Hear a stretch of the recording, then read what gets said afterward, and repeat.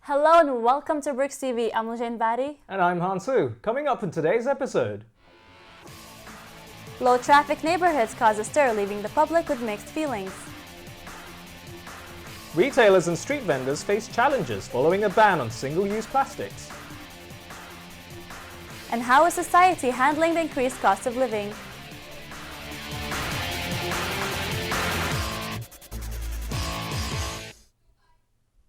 Our top story, low traffic neighborhoods have been implemented in East Oxford. Our reporter Maria Maraber takes to the streets to gauge public opinion.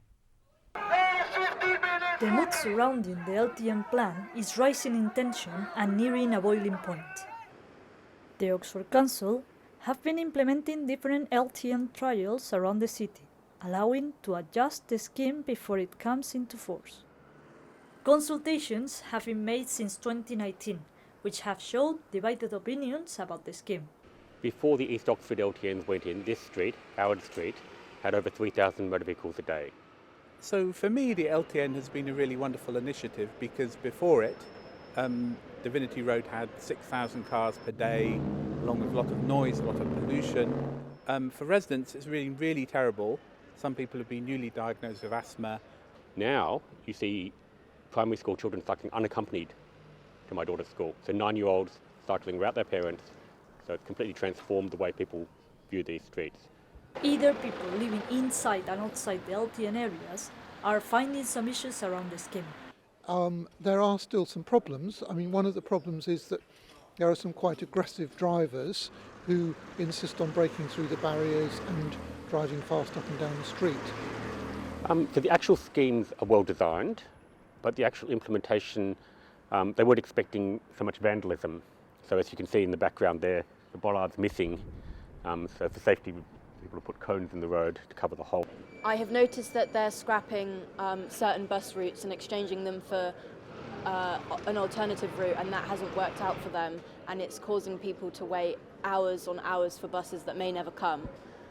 For example, my father had a stroke, and because of the bollards in the road and the LTNs, the ambulances weren't able to get there when they should have.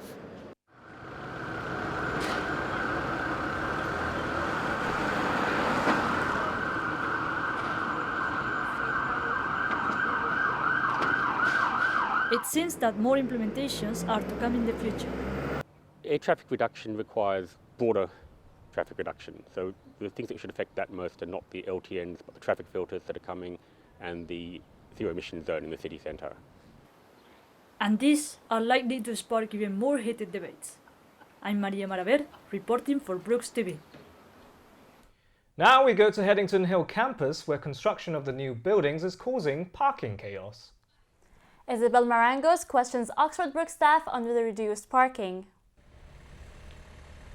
In June 2022, Oxford Brookes University was given permission to build 2 new buildings on their Headington Hill campus.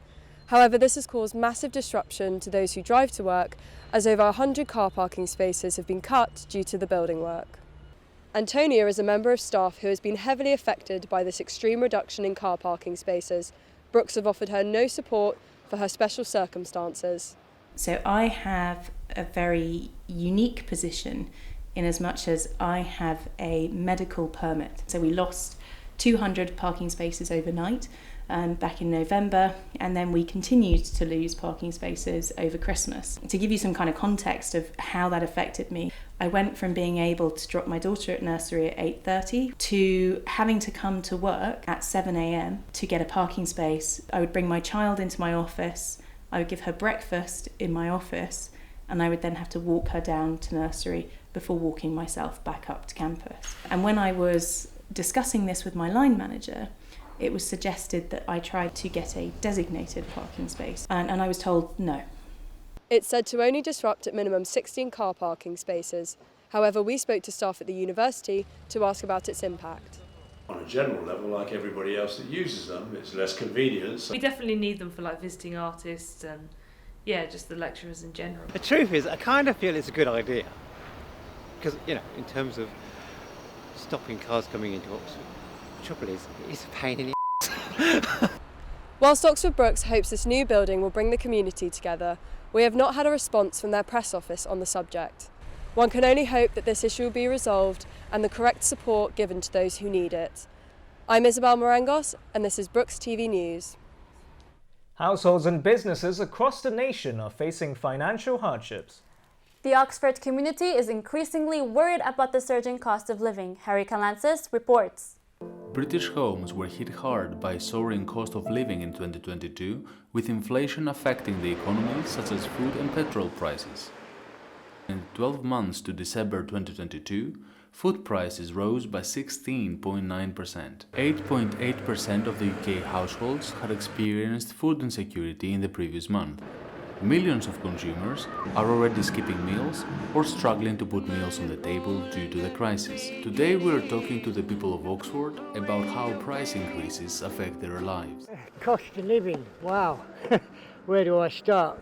For me to be able to survive now, getting a hot meal, one hot meal for me being on the streets, I'm looking at £10 upwards, a cup of coffee, £3.20, £3.40. Extremely hard to survive. I can't find accommodation because in Oxford you're looking at £900 a month, and that's a staggering amount of money.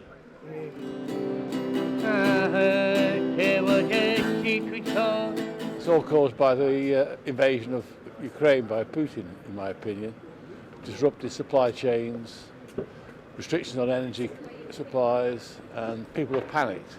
So Putin started it and people have overreacted, in my opinion. This cost of living is too high for all the ordinary people, It's rich people, they might survive, but we not. People at the lower ends of society, I feel sorry for. Disabled people, carers, lone parents and older people faced huge additional costs and had higher energy needs before eye-watering inflation levels kicked in. They're once again in the firing line as a result of economic crisis. Lynn Williams. Let's talk to Ilona about her struggles with the cost of living. So I live with two children, two teenagers in fact, that basically don't work at the moment, and it's very difficult to predict. It's very difficult to say for me what's going to happen. The bill payers can only hope that the cost of living crisis will soon end. This is Harry Calancis for BrookesTV. From April, retailers in Oxford will be banned from selling single-use plastic. Bella Lewis is in Gloucester Green Market to see how this will impact street vendors. As of 2022, Oxford was ranked the second most sustainable city in the UK, but the council are keen to improve the city even more. Oxford City Council will meet to ban vendors from selling single-use plastics from April. This is ahead of the nationwide ban which will be in effect from October this year. And this will be one of the many affected areas. Businesses and consumers will both feel the impact of these changes. Takeaways, food vendors and the hospitality industry will be the main types of retailers affected. Green Party councillor Lewis Muddyman made a statement saying, "It's incredibly welcome that the City Council has taken this crucial step in ensuring that street traders are required to use sustainable alternatives. By taking this step, the Council is making a small but significant difference to Oxford's environmental impact, helping to clean up our city and tackle the climate crisis." Adapting to a more eco-friendly option can sometimes be more costly. I talked to Mariah Nandino to see how it would affect his business. Somebody eating here, we give the paper container, and if somebody take away home, then we just give the plastic container. And because maybe the leaking in the paper one. We use the wooden fork, not the plastic fork also. 95% of respondents to the government's consultation favoured the ban. I spoke to several customers to hear their opinions. I mean, single-use, it contributes so much waste, so much excess waste. I think we should probably cut down on the use of single-use plastics. I think it's good that change is happening. The main reason for the ban is to encourage street vendors to make more sustainable decisions. Estimates reveal that England uses 2.7 billion items of single-use cutlery annually. Picture them lined up and they'll go around the world 8.5 times. So next time you fancy a meal and you're around one of these stalls, just remember, you're helping to make a cleaner and more sustainable future for Oxford. I'm Bella Lewis, reporting for BrookesTV. As you all know, March the 8th is International Women's Day. This year, Oxford is collaborating with Refugee Resource to host an art exhibition. Mimi Preston and Kataraj went to take a look. The Old Fire Station is a center for creativity in Oxford, housing two organizations, the Homelessness Charity Crisis and Arts at the Old Fire Station, or AOFS. AOFS encourages people from all backgrounds to understand and shape the world in which we live through stories, creativity, and arts, and by connecting with other people. This year, Refugee Resource is collaborating with Old Fire Station Oxford to present the theme of International Women's Day 2023, which is Embracing Equity through the series of artwork called A Beautiful View. The exhibition is called A Beautiful View, and it's by the women's art group from Refugee Resource. So those are women who are in Oxford who have experience of being refugees, and they have drawn their beautiful idea of a beautiful view. So we've got all these different paintings on canvas of different views that have come to them while they've been painting. So equality is when everyone has the same size box, but if you can imagine everyone is different heights, they need different size boxes to see the perfect view, and that's what embracing equity is. I like the ethos of equality and inclusion, particularly in the world as it is now, because it doesn't feel that inclusive and it doesn't feel that tolerant.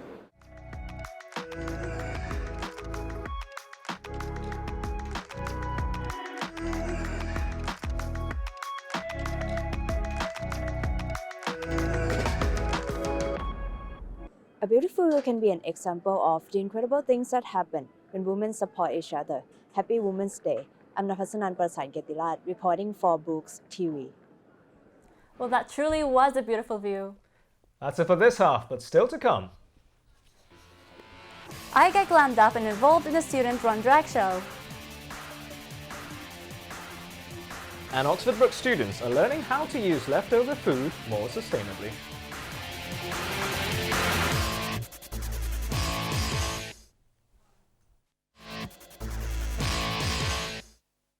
Hello and welcome back to BrookesTV News. I'm joined now by John Shua Zhang. He is an experienced actor, stunt performer, and martial artist. Recently being cast in Netflix Brother's Son, the upcoming Brother's Son, alongside Oscar winner Michelle Yeoh. So how are you? I'm very good, thank you. Thank you very much for having me. Thank you for coming. So tell me, what inspired you to become a stunt actor, and how did you get started in this field? So as a child, I have a background in martial arts, and I always wanted to be a superhero. And if I couldn't be a real-life superhero, I'd settle for playing one in a film. I'm also injury prone, so if I could make a living from making injuries, then so much the better. Perfect. Yeah. So tell me, you said that you're injury prone. How do you prepare yourself physically for a stunt? I bet it's really hard.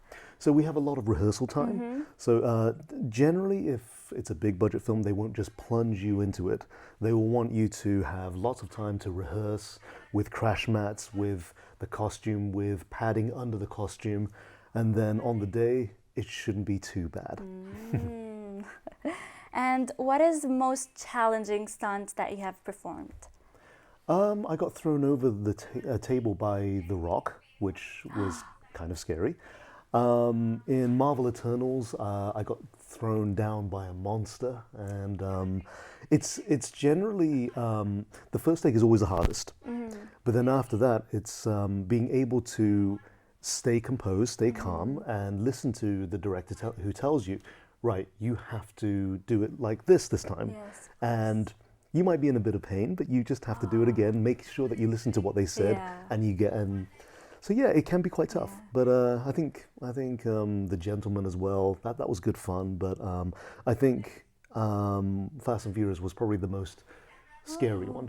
Could you list me the movies you've as a stunt actor? So there is The Gentleman. There's Hobbs and Shaw, which is the Fast and Furious film. There is Marvel Eternals, as well as an upcoming film called Kraven the Hunter, which is also a Marvel film. which will be good fun. Yeah. Done a few bits and pieces here and there as well, but those are the main highlights. Could you tell me how was it like working with the Marvel movie Eternals? So the Eternals, that was a dream come true. Yeah, especially as the guy I doubled for is one of my heroes. So when I got the call, they said, we'd like for you to double one of our lead actors. And in my heart, I was like, please be Don Lee, please be Don Lee. And she said, it's for an actor called Don Lee. And I was like, oh my goodness. John, are you still there? Well, yeah.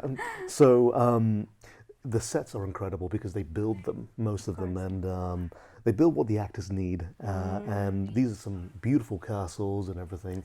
But and the food is great. Anytime you're on a Marvel film, the food is really good. Oh, that's so nice. And I know that you filmed in Gilgamesh. Yes, that's Could you tell me about that? So Gilgamesh, the character is, he's very strong, very powerful, and it's very reflective of the Korean actor that played him, Don. So as he was one of my heroes, because he was in Train to Busan as well, which is a great film, you know, I think when I met him for the first time, it was the best thing, just because we have a similar build. Oh, that's nice. Thank you so much for joining us today. Thank you for having me. Thank you.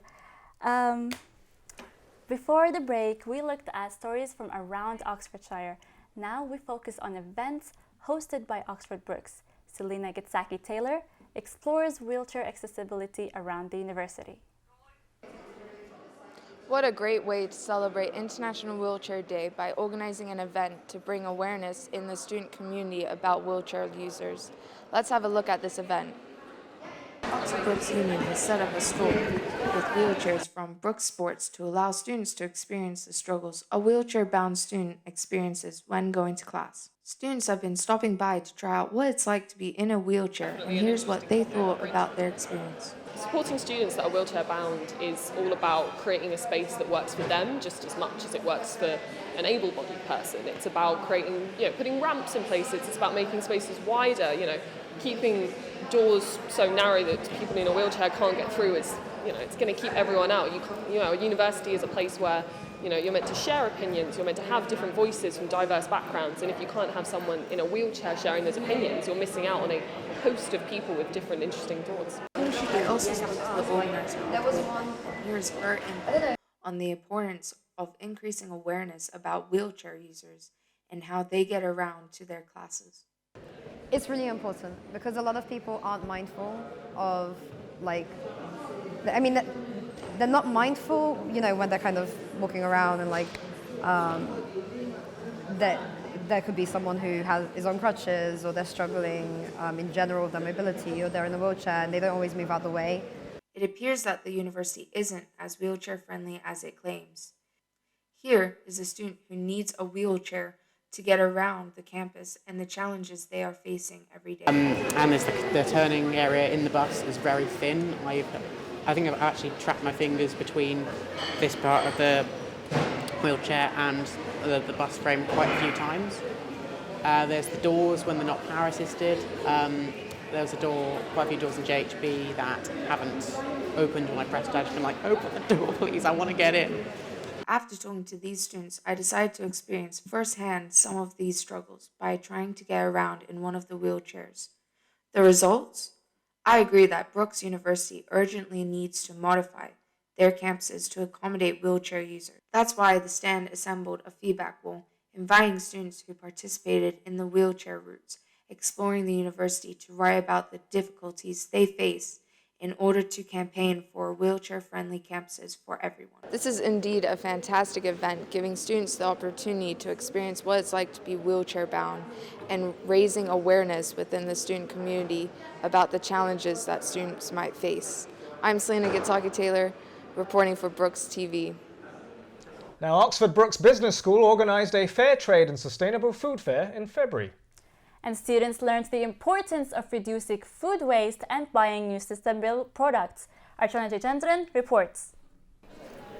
Oxford Brookes University is getting a head start on promoting ethical and sustainable food practices with various activities on February 22nd, ahead of this year's annual Fair Trade Fortnight event, which runs from February 27 to March 12. We are here at the Oxford Brookes University Headington campus where the Fair Trade and Sustainable Food Fair is happening as part of the Fair Trade Fortnight. Let's take a closer look at how this event promotes fair trade and sustainable food production. The event started with the display of various ethically sourced and sustainably produced food, drinks and handicrafts from local organizations. We interviewed Karen Cripps to learn more about the event. Well, one of the main reasons for running the event is because the business school at Oxford Brookes is the home of the UK chapter for PRIME. PRIME is the Principles of Responsible Management Education, and this year PRIME in the UK is celebrating its 10th anniversary. So to celebrate the anniversary, they asked for every network of the UK to lay on a special event on the theme of food.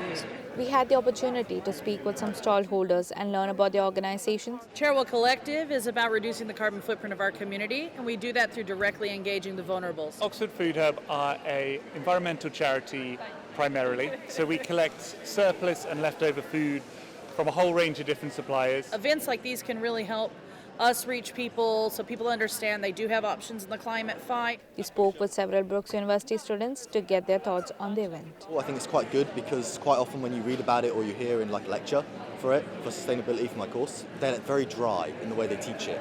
So here you get experience and you get to eat food and they give you spatulas. I've learned a little bit more about composting, which is good. So I'm going to try and not put coffee granules in my compost anymore because apparently that's not great for the acidity levels. A live cook-off was held during the event between local food groups and the chef from university's Cafe Gather and Gather to showcase how leftover food can be used to create delicious meals. After the fair, a panel discussion was held both in person and virtually where businesses and community groups shared their insights on tackling food waste and finding solutions to rescue excess food. This has been a beautiful day filled with delicious food and insightful speeches. I am Archana Jayachandran reporting for BrookesTV. February was LGBTQ+ History Month. I attended a drag show filled with music, makeup and laughter. I'm excited to see what you got up to. Educational institutions and other groups are hosting events and activities to promote awareness and understanding of LGBTQ+ history and culture. Today, we will take a closer look at Oxford Brookes University events. Oxford Brookes LGBTQ Network has organized a drag workshop during the LGBTQ+ History Month, which is a great way to celebrate the creativity of drag performers. It's creative, it's super engaging, it's putting me out of my comfort zone. Workshops like this provide a safe and supportive place for people of all genders. As you can see, I'm doing my makeup by David Lambert to look fabulous. Oxford Brookes has planned a drag show as one of their events to support LGBTQ+ History Month. The event attracted some audience, including students, staff, and members of the public. I spoke to some of the performers, Easy Single and event organizer David Lambert, about the importance of the drag show at Oxford Brookes University. For all LGBTQ+ individuals as well as allies to find a space that they feel welcome and find a space that they can really just relax and have an enjoyable time.